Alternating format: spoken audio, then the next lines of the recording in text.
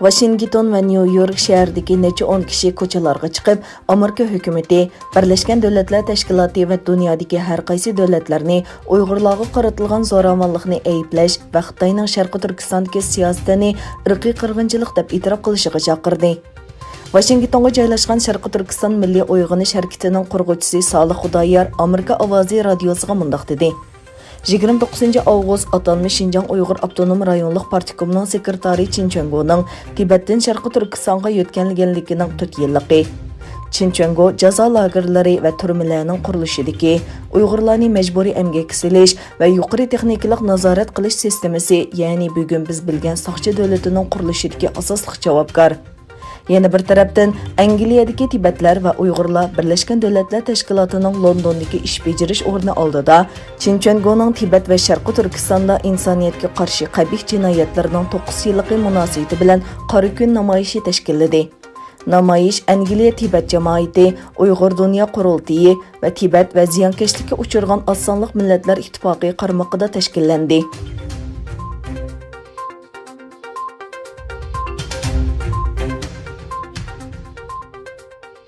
Dünya Uyghur Qurultiyi bayonot e'lon qilib, Germaniyani Xitoyning Uyg'urlarga qaratilgan irqiy qirg'inchilikqa qarshi ovozini yuksaltishga chaqirdi.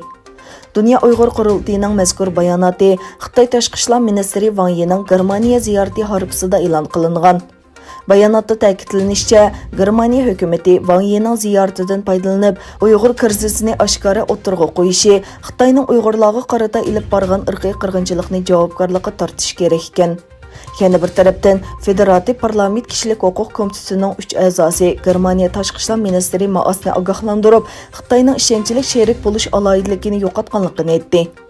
Tashqi ishlar ministri Maasga yozilgan maktubda Germaniya Federativ hukumati bu yig'in fursatidan foydalanib, Uyg'urlar rahimsizlarcha qamalgan jazo lagerlarini taqashni aniq talab qilishga chaqirdi. 3 parlament a'zosi yana Hong Kong masalasini misol qilib, Beijingning harakatining xalqaro qonun mezoniga buzg'unchilik qiladiganligi ko'rsatildi. Maktubda yana hozirgi Xitoy rahbarlari davlat ichi va sirtidagi ishlarga texmo tajovuz qildi. Shunga ishonchli sherik bo'lish salohiyatini yo'qotdi deyildi.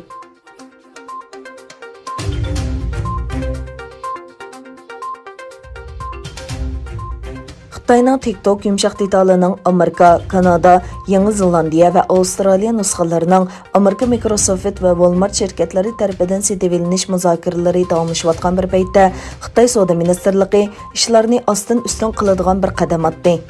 Xitoy Savdo ministrligi 12 yildan buyon tunji qatim eksporti cheklangan yoki man'iy qilingan texnikalar tizimligini yangiladi. Mutaxassislarning qarashicha, bu tizimlikka asosan TikTokning setilishi Xitoy hukumatining cheklamasiga uchrashi mumkin. Amerika prezidenti Donald Trump bir qarornoma imzolab, TikTokning Amerikada ishlatilishini chekladi. Lekin Amerika shirkatlarining TikTokni setilish muzokaralari davomlashayotgan edi. Beijing Xalqaro savdo va iqtisod universitetining savdo professori Suyfanning tunishtirishicha, bu yangi belgilama TikTokning Amerika shirkatiga setilishiga to'sqinlik qilishi mumkin ekan.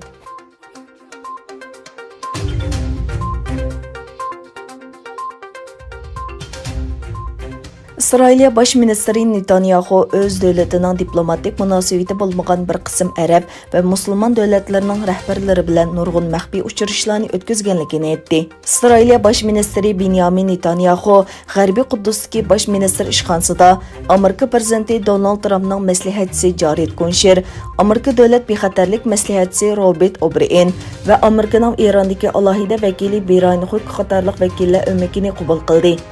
Ko'rishishdan keyin Netanyahu, Kushner va O'Brien birlashma axborot e'lon qilish yig'inida Isroiliya bilan Arab birlashma xalifaligi o'tirsida hosil qilingan normallashtirish kelishimiga baho berdi.